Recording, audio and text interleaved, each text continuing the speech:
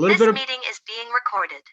A little bit about me. I've been in the Air Force 12 years. The first 10 of those have been on active duty. I was stationed in Okinawa, Japan at Kadena Air Base.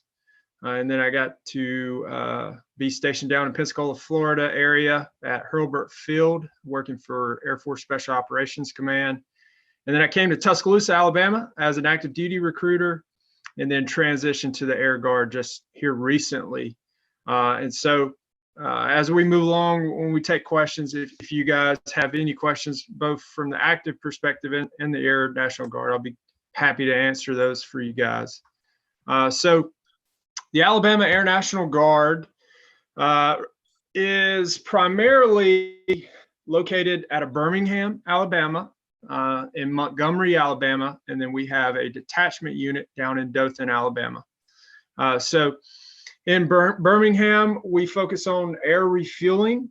So our aircraft are the KC-135 air refueling aircraft. And then down in Montgomery is our fighter squadron, where we have currently F-16s. And the Alabama Air Guard actually just picked up one of the first Air National Guard units in the country to pick up F-35s. And so we'll be transitioning to the F-35s hopefully this year. And then down in Dothan is a Special Operations Communication Squadron that works with our brother and sister components at Hurlburt Field, where I was previously stationed, working for Air Force Special Operations Command. So that's our three primary missions that we focus on within the state of Alabama. All right, so basic qualifications for joining the Air National Guard is a commitment of 6 years. You have to be between the ages of 17 and 39. You have to be at least a high school senior, so you can actually enlist and begin drilling with us the first day of your senior year. And after that, we need to train you towards completing your high school diploma or at least obtaining a GED. You must have a strong moral character. We will do a background check to make sure that there have been no previous law history.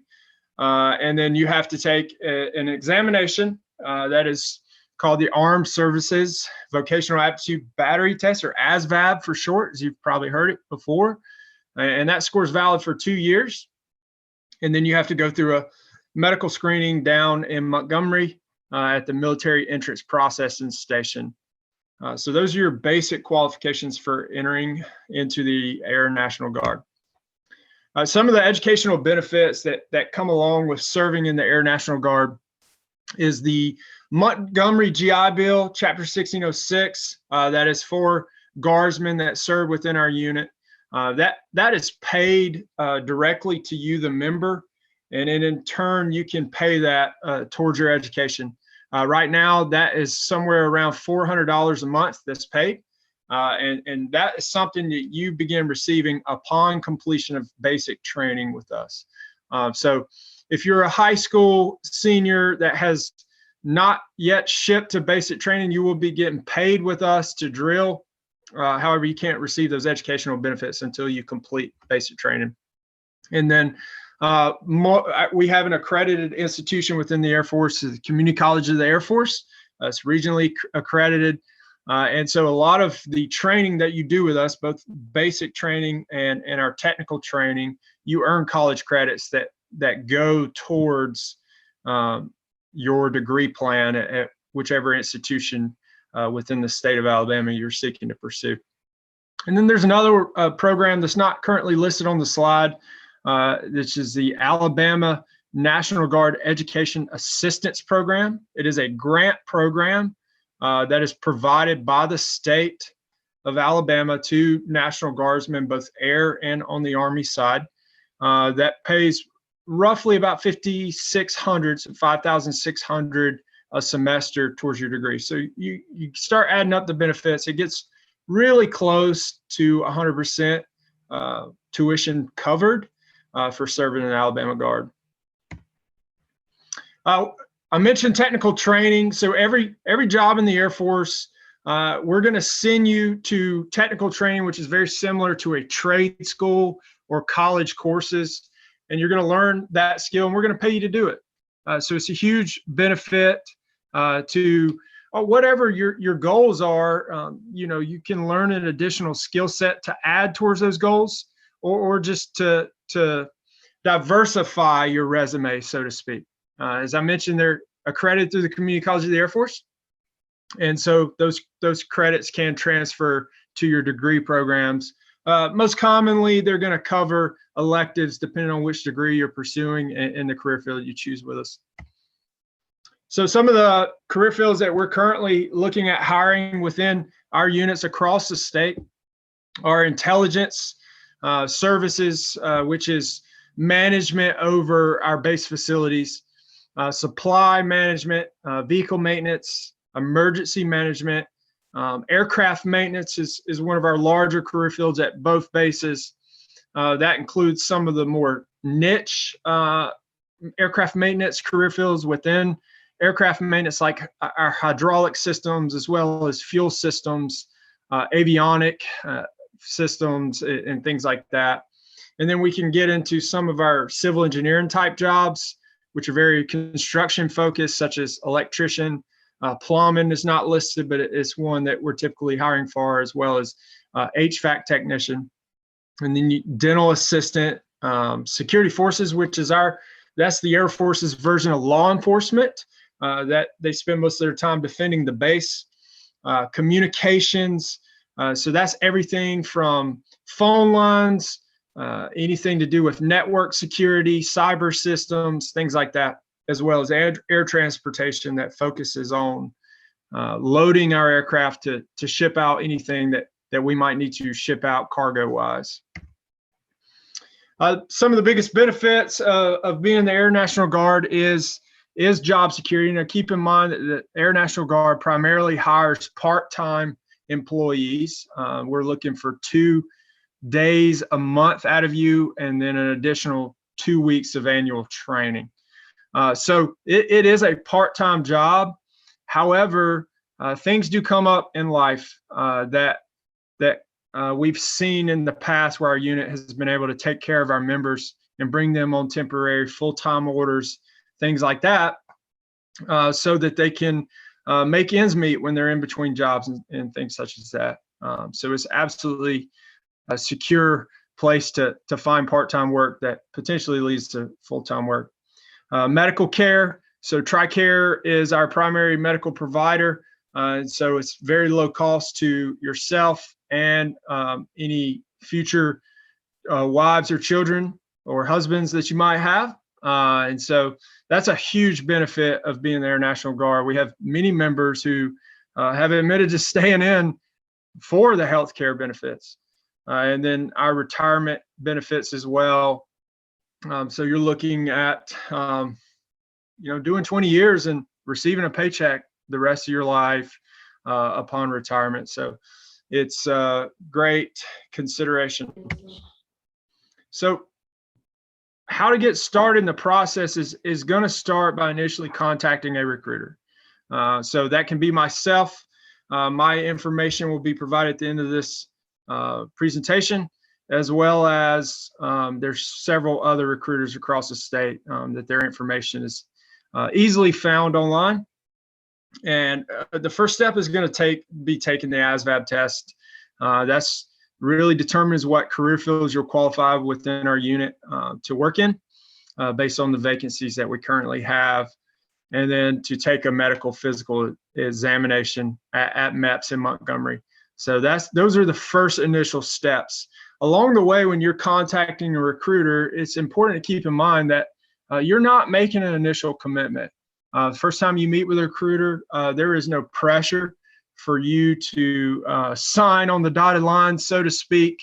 We're there simply to inform you of your options in the Alabama Air Guard and to help guide you towards whatever goals that you might have for yourself, and to help see where the Alabama Guard can help you achieve those. So never feel pressured or reluctant to contact us. We really are here to help you.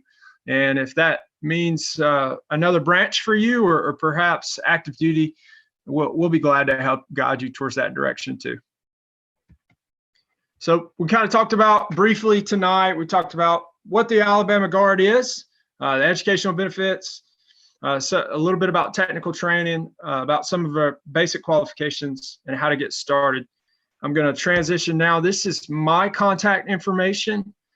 So that number on the screen is a cell. You can call or text that number at any time, as well as email is something that we check daily.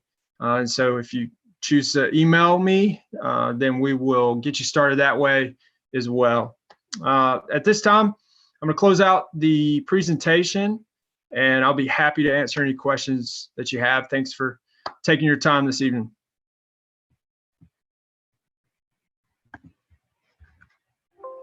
Okay, at this time, if you have any questions for Technical Sergeant Culbertson, please share out.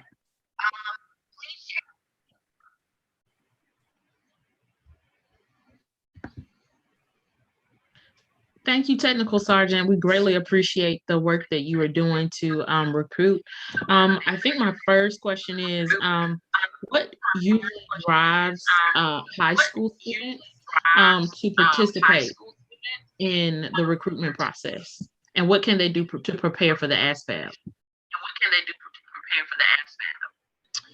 Yeah, so I would say that most of the drive that we see in the Alabama Air Guard is primarily someone that has a desire to serve or has a desire to work in the Air Force and in aviation, but they don't want to necessarily leave the state of Alabama, or they don't want to, leave home. They want to stay near. There's perhaps family things going on, or perhaps future employment that's coming up that wants to keep them local. And so that's the beauty of the Air Guard, is you can do both with us. You can serve part-time with us, and you don't have to move to the other side of the world to do it. And I think secondly is the education benefits is primarily for high school seniors. That's really the most common theme that we see when we speak to them, is they're looking for a way to help pay for college.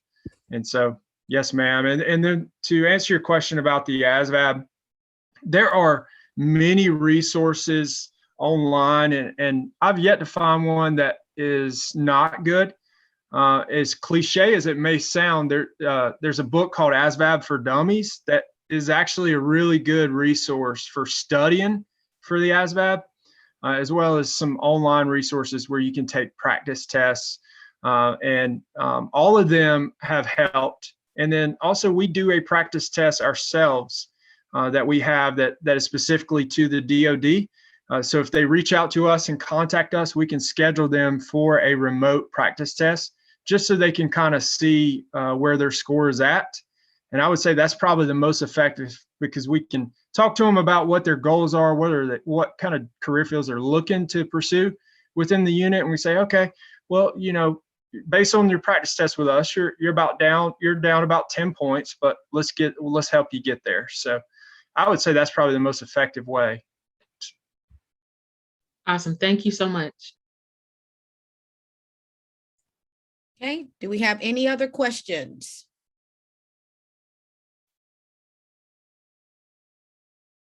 Any other questions? Okay, I'd like to thank Technical Sergeant Culbertson for his presentation. We also want to note that we have an in-person College and Career Expo, where we'll have even more representatives, and we'll also have the Air National Guard there as well. So if you want to meet them in person and pick up some literature about their programming, they'll be on site at our in-person College and Career Expo that will be held April the 30th at 11:30 at the Bessemer Airport. And we'll have more information about that posted to Facebook and through our other social media platforms, along with our website. At this time, we do have our Delta TechOps representative. We have Dr. Sharice Burton, who is here from Delta TechOps. So we would like to welcome her here. Dr. Burton, did some great driving to get back here to make sure that we could get some information from Delta TechOps. And we are very appreciative of her taking the time to share some information with us. So at this time, I will turn it over to Dr. Burton, and everyone listen up and get your questions prepared for her. Well, first of all, thank you. Yeah, I had just gotten my wires crossed, so I'm happy to be here. Thanks for having me. Thanks for accommodating this shift in our agenda for today. But as she mentioned, I am an employee of Delta Airlines. And so as a brief back end, she mentioned Dr. Burton. I have a background in industrial engineering, industrial systems and engineering management. And throughout my career tenure, I've gone from automotive to aviation. So I've seen a shift in different spaces as far as being an engineer. But by far, I have truly enjoyed working at Delta Airlines, and it's an honor to be here with you today sharing that experience. And so I led with that piece of it because here at Delta Airlines, there are a variety of careers that you can get submerged in, as far as whether it's airport customer service, whether it's cargo, flight attendant, operations, IT, reservations, and TechOps, which is where I work. So TechOps specifically is where we have more of our engineers and our technical skill sets, but there's indeed something for everyone. And so one of the first things I always ask, whether it's my students or mentees, is what do you like to do?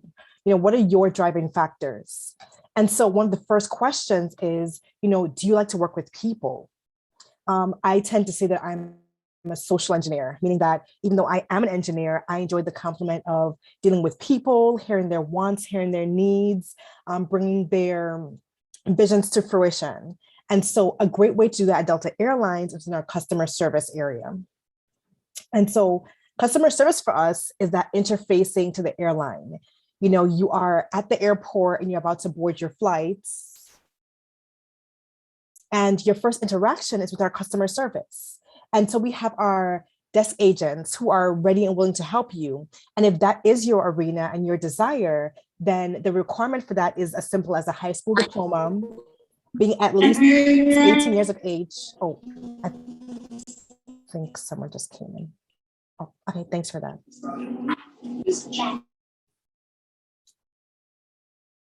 And so that is one of our most important roles of the company, because regardless of, whatever is done behind the light, this is who you see. It's your first interaction to Delta Airlines. Another important role that you can interface with on a regular basis that you're familiar with is our cargo or our ramp operations agents, our bag handlers. And so in this space, similar requirements, but they're one of the most interactive fields as far as getting our planes loaded, making sure we're ready for takeoff, make sure we have whether it's our cargo or your bags, that is our cargo, ramp, and bag handler. And here are the requirements. So I mentioned interaction with, our front desk person. But before you get to cargo customer service, there is that back end interface where we have our reservation personnel. And so our reservation personnel are, again, similar requirements, but they're the heartbeat as far as helping you figure out your flights, where you're going, where we accommodate.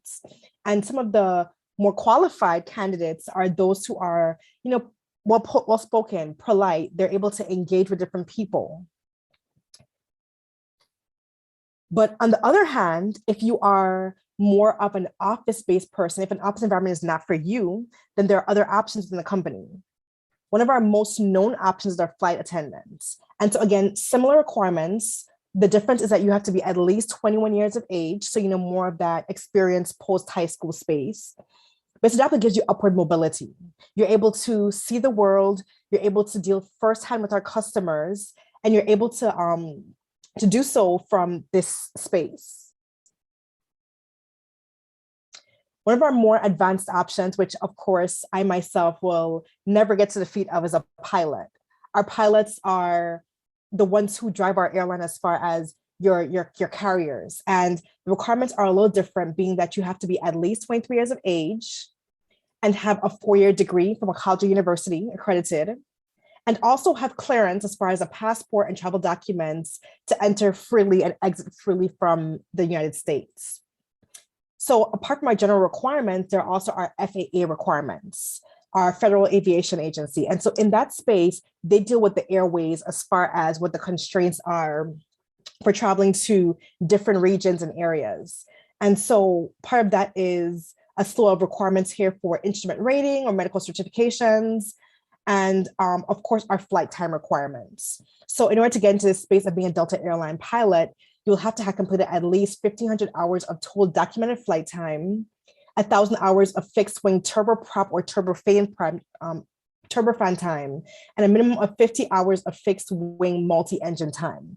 All different requirements, which I will never go as in-depth with because it's not my field, but they're great checkpoints to know if you are interested in being a pilot within this aviation space.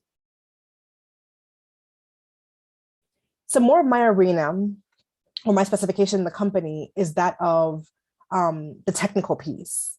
And so we ask often, do you like computers? Are you into coding? Are you into math, science, STEM? And so if you are in that space, then we have a number of careers that also are applicable for you. One of the first is IT. Our IT space is where you see our apps as far as how you check in, how you track your flights. There's also the back end for flight searching, whether it's an interface of, where do we actually fly to? How do we get there? These interfaces of what you see as a customer and what we utilize our IT, our STEM-based careers and disciplines for. So another angle is our daily operation. Imagine this, you're on a plane and the plane goes up. The plane goes up, then what? Factors that we look at are things like delays and cancels. Was the flight on time? What are our metrics? We're considering in the airway space, how's our traffic? Are our pilots okay? How do we correspond with them? For us, that looks like our flight operations and our customer center. So in this space, we have our pilots and our AMTs who are working closely with our pilots to ensure that they are okay when they're in their airspace. Are there any technical writers? Any navigational specialists who are able to monitor our airspace and navigate our planes and our pilots as needed? They are their eyes and ears in the ground. We have our simulator technicians, our crew schedulers, our meteorologists. What does the weather look like when they're in the sky? If you're ever in flight and you hear, hey, we're gonna have turbulence in the next 5 minutes and it lasts roughly 10 minutes, there's someone on the ground who's helping that pilot navigate the airspace. And that's where our technical careers come into play. And so earlier I mentioned our technical space where I work, Delta TechOps. And so Delta TechOps is essentially the fleet of our company. It's where our planes come in for maintenance. It's where we are able to do our MRO services. So fun fact is that Delta Airlines has the largest MRO, maintenance, repair, and overhaul service in North America. And so what that means is that although we have our own fleets, we have our own planes, we are also certified to work on other planes. So there may be, for instance, an American Airlines plane that's come in or a Rolls-Royce engine, because we have that MRO service to maintain other tails and fleets in North America. We have roughly 10,000 or 9,800 employees system-wide within TechOps, one of our biggest areas of the company. And then we also have a full service aviation maintenance for Delta and 150 plus customers, the third largest MRO worldwide. So I mentioned our fleets. And so to date, we have 856 mainline aircraft in fleet. If you're familiar with the pandemic, we were a much larger airline. We're probably roughly at 1,200 tails at the time, but post-pandemic, we retired a couple of our fleets, our 777s, our Mad Dogs, our MD-90s. And so to date, some of the tails in our fleet are the Boeing 717, 737, 757, 767s, and then our Airbus 319, 320, 321, 330, and 350. And so in no specific order, we have both narrow and wide body tails. And so what that means is that we have a variation of domestic to international legs that each plane will do based on their longevity. So for instance, we just took delivery of our 321 NX, it's our first NX tail. And so one of the special features of this NX tail is that it's built in with an extra fuelage tank to have a longer range for that tail. Fun facts. And so when I mention narrow to wide body fleet, what I'm referencing is, of course, domestic to international, as I mentioned earlier. So for a flight that's 2 hours, you may have a 220 versus a flight that is going to be about 8 hours to Europe, will have a 330. There's a 300 or 900. And so locally, we have a number of domestic routes with which we have some major hubs that are maintenance stations. And so a maintenance station from a TechOps perspective is a place where we can have our tails land and then do maintenance if need be. So whether we need a brake change for that plane, or something has to be verified or checked, or something has to be fixed, we have major maintenance stations. So you'll see like Detroit, Minneapolis, St. Paul, New York, Boston, Atlanta, Salt Lake City, LA, Seattle are all major maintenance stations for our fleets domestically. So apart from our work within, of course, technical space, we can talk about Delta as an airline and also Delta as a maintenance station. But one big thing we pride ourselves on is our ability to give back to our community. As an airline, we've done, very well over the years. And one thing for us is always taking care of our customers and our people. And so as an employee internally, that's been embedded in us. And I've actually worked personally with a number of our volunteer services. One of my favorite will always be Toys for Tots. It's a marine initiative where we are able to help them build bikes for kids who are in need during the Christmas time. And the thing is, even through the pandemic, we're still able to sustain this volunteer service. That's actually how important it has always been to us. There are other fun activities, for instance, where it's Habitat for Humanity or blood drives. And just as a community, we are really big on giving back. One of our upcoming services is actually going to be the Jet Drag, which is to support our cancer initiative as well. So that's also a big part of the Delta culture. As an employee, there's always a question of, well, do you travel a lot? What happens? A big part, of course, of our benefits includes our travel privileges. So whether it's New York or moving kind of slow. Oops, sorry for that.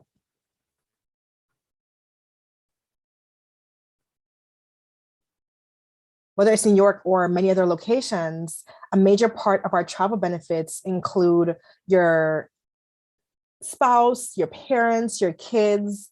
I truly enjoy traveling. I went to El Salvador for Easter break. And so it's one of our biggest privileges of working at Delta Airlines. And it allows our employees to also see the world as well.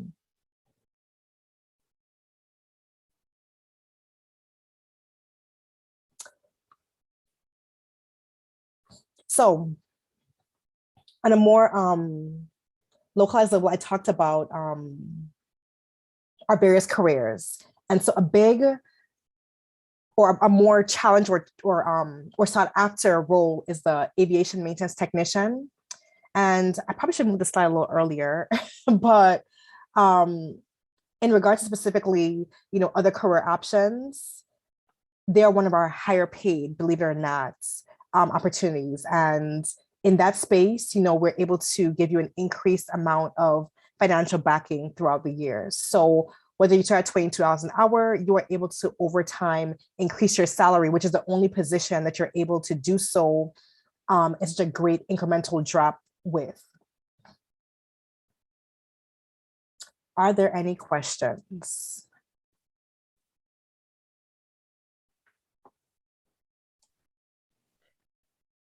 Hi, thank you so much. Go ahead. No, go ahead, ma'am.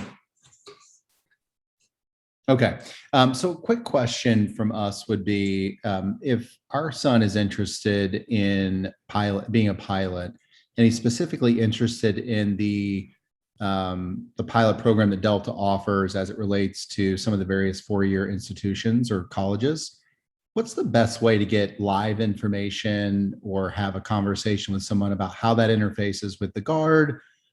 Is it better to go through sort of the academy or some other military service? We're trying to weigh our options between those two programs, and so what's the best resource to kind of figure out where to start there? So just with my knowledge, they have been roughly, to your point, multiple routes to become a pilot Delta Airlines. I've seen some go the route of going through our services. We are a big supporter of the Guards, Marines, Air Force as a transitional career. But also I've seen the individual route as well. So I presented earlier, and I can double back to that, about just the basic requirements, which include, of course, the requirements for certain flight hours to become, here we go, qualified to apply in that space. And so I would go ahead and say like there are multiple options. So in regards to our hiring perspective, we have talent acquisitions who are posting for pilots right now. I would say that you're able to also reach out to them directly, and I can also give you a contact for that. But in general, these are the checkpoints, whether or not they go through the Guard or a career-based option. Got it. That's helpful. Is the contact you might provide someone that we could speak to kind of differentiate between the paths and find out the most appropriate one for our child? Yes, they are talent acquisitions. It'd be a direct contact. That'd be great. Thank you. No Great problem. presentation, by the way. Appreciate it. Thank you, no problem. Do we have another question from the floor, on the floor? I have a question. Yes, ma'am. What is the starting pay for the pilots at Delta? That I don't have on hand, but I'm sure we can find it. How about we double back on that one? I think currently it's starting at 92 an hour for first year guys.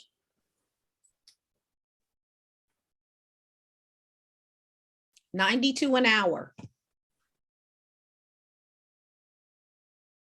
He seems to know back there. I think that's where he's going. Auburn University representative. Do we have another question? Ms. Hooks, you asked that question. Is that sufficient, or do we need to dig some more? That's good. Okay. That's good. Do we have another question on the floor?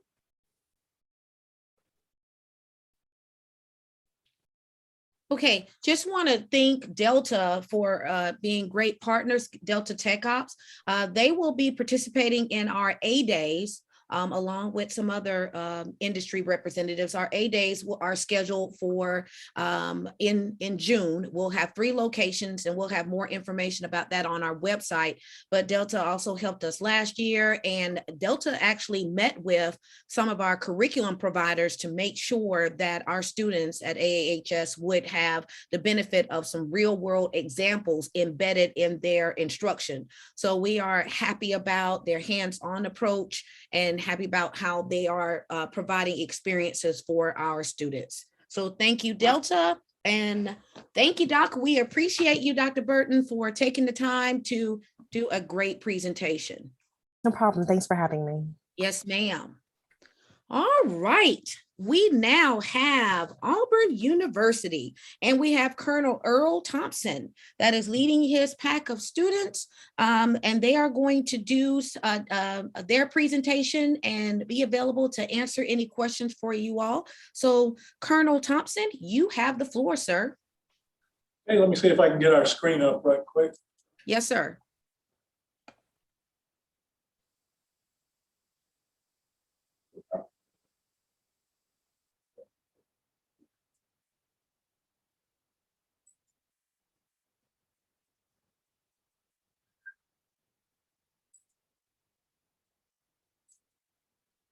Okay, good afternoon, good evening.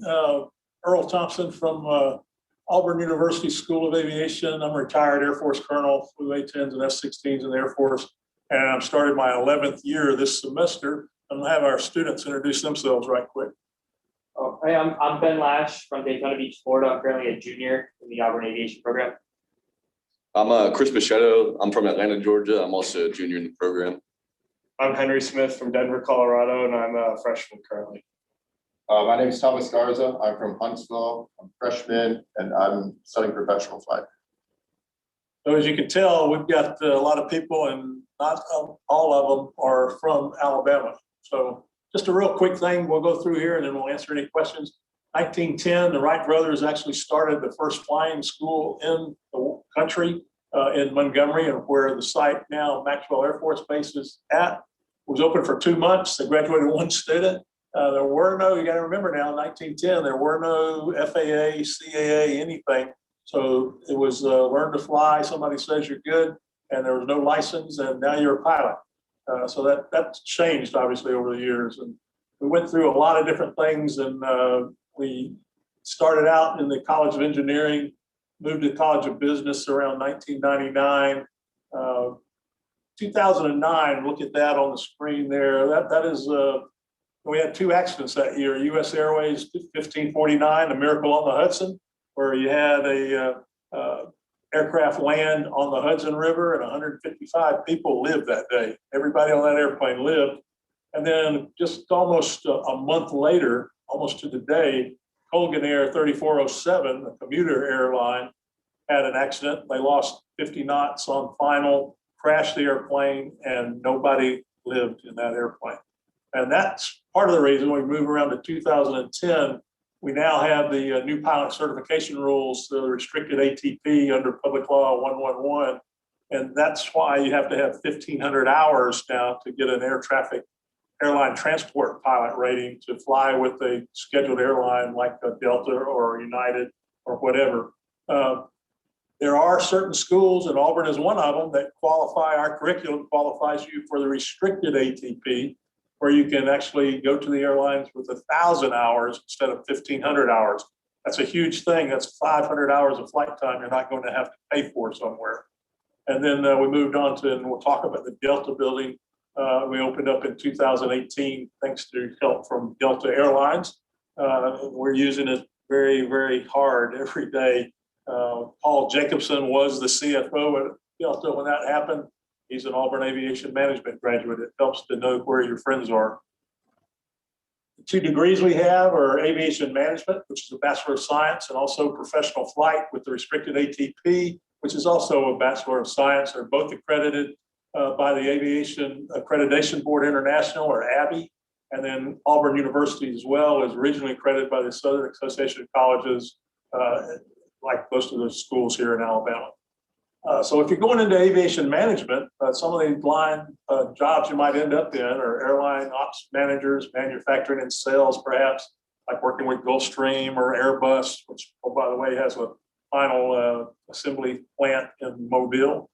You could be an aircraft consultant, revenue managers, airline, airport management, and the military has been mentioned as well. Professional flight, you come here without a private pilot's license, basically your freshman year, you're going to start in your private pilot certificate.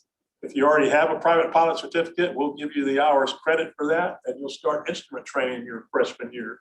But otherwise, your sophomore year will be instruments. Your junior year would be commercial pilot certification, and then you get your flight instructor ratings your senior year. Now, if you start earlier, you could be a certified flight instructor before you graduate and actually work part-time as a student, being a CFI, a certified flight instructor in our school. So in a professional flight Bachelor of Science degree, basically, here's all down at the bottom, you can see the instrument rating and multi-engine commercial pilot. And then most of our folks are going to get a CFI rating and stay here and be an instructor for us until they reach that 1,000-hour time when they float to the airline. We currently have agreements with 5 or 6 airlines. Delta, United, Southwest just joined the team, JetBlue. So you can actually start the interview process, so to speak, while you're at school, probably about the junior year of your college education year. Just to give you a little numbers here, we've grown tremendously. We had 612 in the program this year.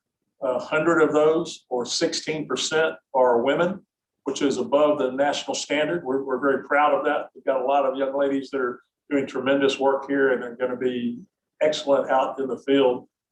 And then we have, so in that, the way the degrees break down, we've got 189 people in aviation management and 423 are in the professional flight bachelor program. And then the bottom one, 63% of those are out of state. So that's kind of unique to Auburn. We have probably more our school has more out-of-state students than probably any other curriculum in the university. Faculty and staff, we've got a really great faculty. I don't say that because I'm on it, but we have people that are enthusiastic about teaching and teaching students that want to learn. One of the things I retired after 28 years in the Air Force, and one of the things I like about teaching here is like these young men here behind me, they want to do what they want to do. They know what they want to do. They know what they have to do to get there. And it's fun to teach students who know what they need to do. You don't have to badger them to do things. They get it done. They know when they need to do certain things, and they make it happen. We've got a great flight ed leadership team with all our CFIs. We've got about 65 CFIs on staff right now. And those change continually because you go up in our CFI cubicles on the second floor of the Delta building, every one of them, you can see what their total time is and how many more hours they need to get to 1,000 before they go off to an airline somewhere. So they're always on top of that. Our academic advisors are probably, our two academic advisors are the two best academic advisors in the university. And I say that with a lot of prejudice because before we had academic advisors like we have now, I ended up doing a lot of independent studies for people that didn't get things in the sequence they needed to help them graduate when they wanted to graduate. We don't do that anymore because our advisors keep everybody on track. Our dispatchers in our office for people going out to fly are actually, some of them are actually full-time dispatchers and some of them are students that work there part-time as dispatchers. And same with the scheduling. And then we have an outstanding engagement coordinator because we do a lot of work in the community to spread the word about Auburn's aviation program. I'm going to let some of the guys talk about the rest of this now. Yeah, so we have quite the fleet of aircraft. We've got about 40 aircraft currently, 35 Cessna 172. So that's what we do our main training in. And then as you graduate through the program into our multi program, we'll start you in the Seminole. So we have five of those. And they're all pretty top-notch, brand new airplanes with great equipment. Some of the airline guys, when they come to visit here at Auburn, they joke and laugh. They look at our equipment that a lot of it's better than what they have on the airliners. So it's pretty neat that we're able to fly this, as well as we have simulators. So it's how we normally do it is you'll have a ground lesson and then you'll hop in the sim and then you'll do it for real in the airplane. So it's real top-notch training. So you're able to train at a good pace and with the simulators, a more affordable pace to do that. As well as we have a Delta sim and an A320 here as well, where we're able to learn some airline procedures and crew resource management that's going to help us translate when we eventually graduate the program into the airlines. So some of the student organizations, so we have Alpha Eta Rho. It's actually a newer fraternity on campus here. Ben here is a part of that.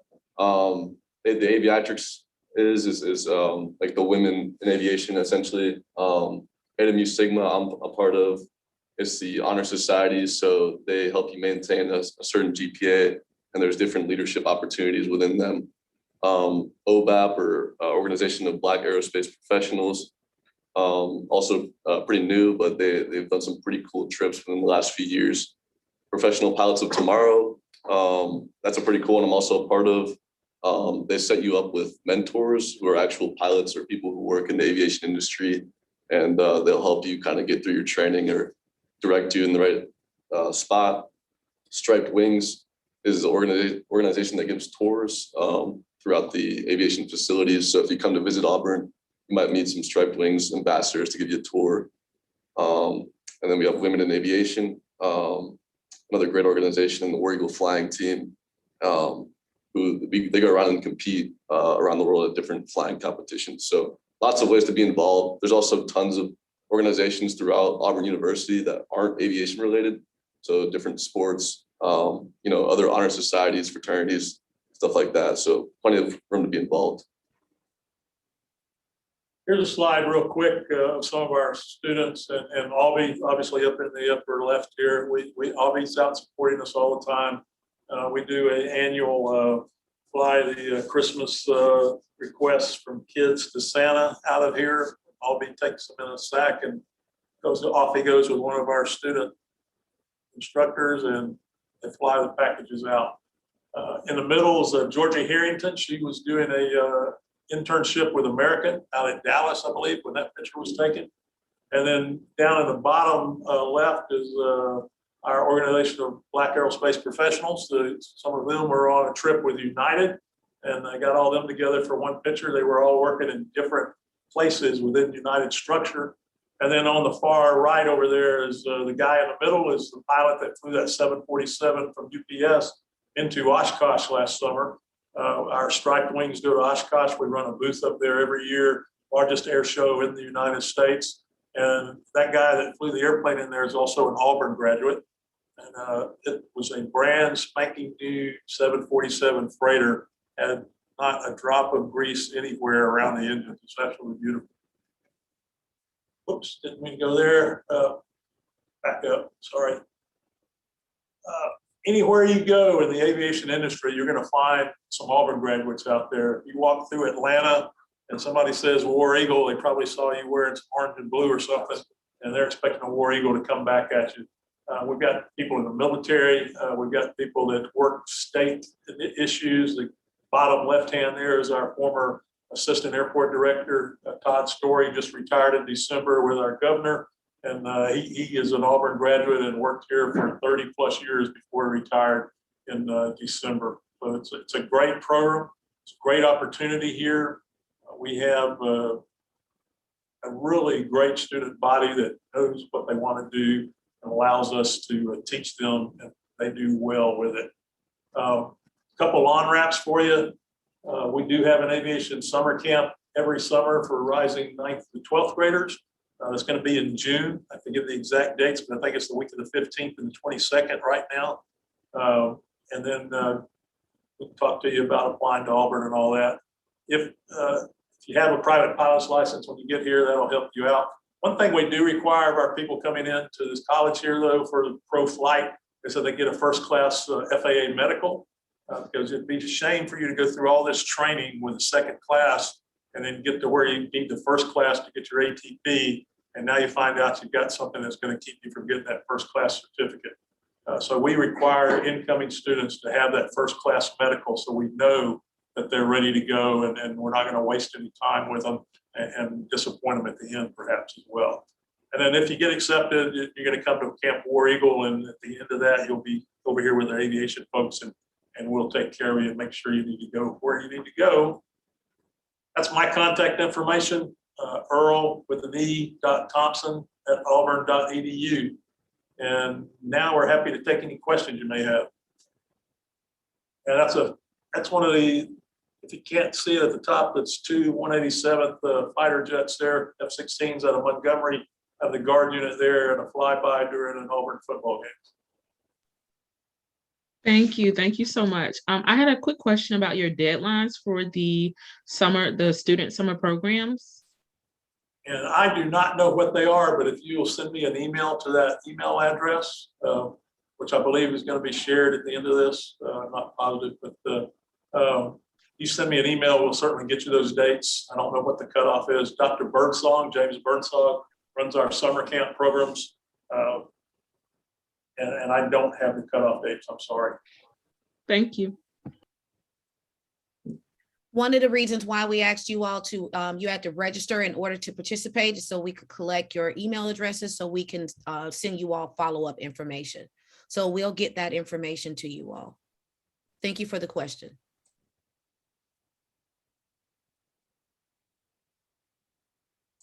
Do we have any additional questions or comments?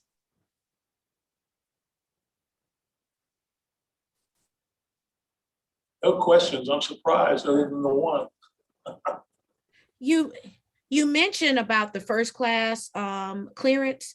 What are some things that would keep a student from that medical report from being able to obtain the first class? Well, generally, it's going to be something like an irregular heartbeat, vision that's not correctable to 20/20. As long as you can correct it to 20/20, you're good.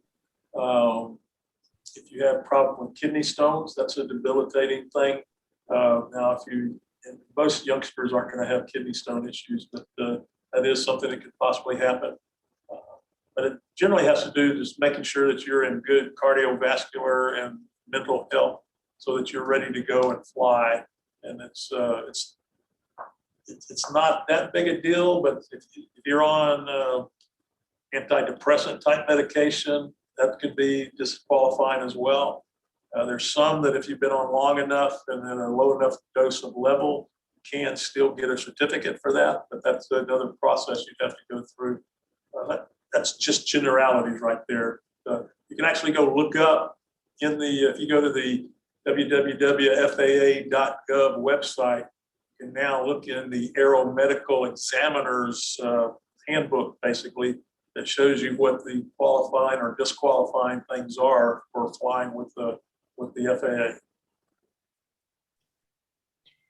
Where do you get the first class medical done?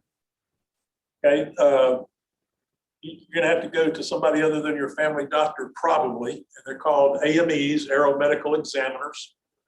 We only have one here in Auburn, which is a shame with all the students we got here. But you can actually go on again on the FAA.gov website, and you can put in the search bar Aeromedical Examiner, and they'll take you to the web page or link where you can look up aeromedical examiners in your area, in your state. Just put in your zip code and it'll tell you where the closest person is. If you have any problem with that, let me know, because our new FAA air surgeon, Dr. Susan Northrup, is my former F-16 fighter squadron flight surgeon, went with us to Desert Storm, and she is an excellent doctor and an outstanding aeromedical examiner who does her best to keep people flying. Thank you.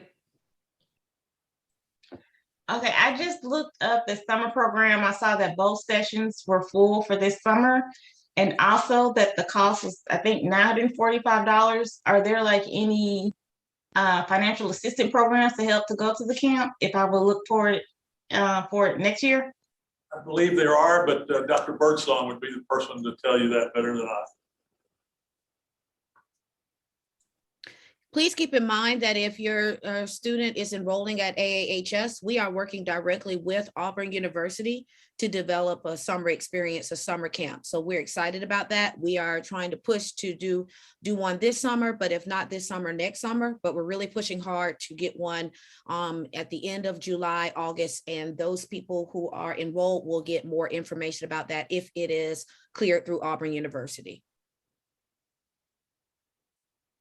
Yeah. Okay, great. Thank you. Yes, ma'am. Okay.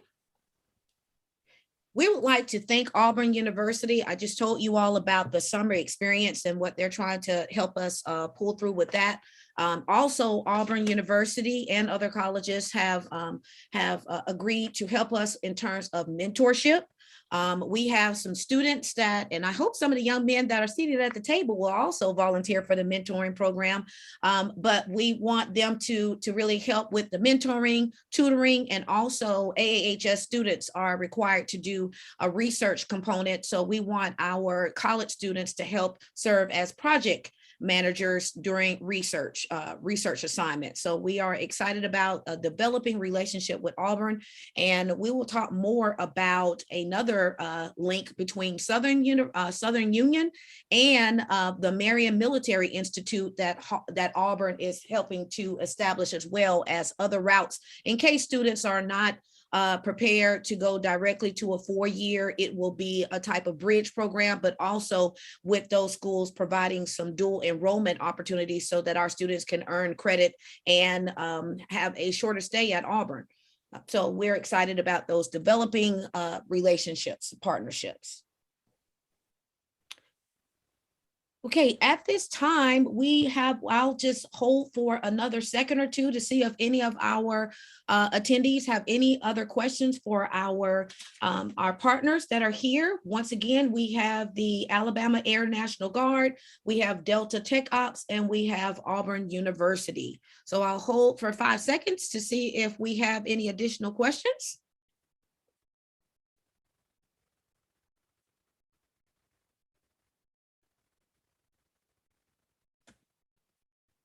All right, So with no questions, we are thankful for all of our partners for taking the time to come on and share information. Remember, we do have an in-person event happening on April the 30th. It will be at the Bessemer Airport in the hangar, and we'll have our partners there. We'll also have a panel discussion that's there. We'll have food and we'll have planes there and other activities. So we are hopeful that you all will join us. We'll have more information through our social media platforms and through our website. So please take a look at that.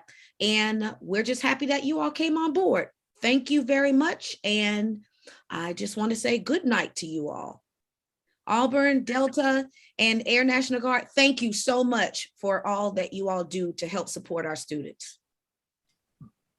War Eagle. War Eagle. War Eagle. I'm going to have to say War Eagle with you. War Eagle. Thank you. Thank you, sirs. You're appreciated.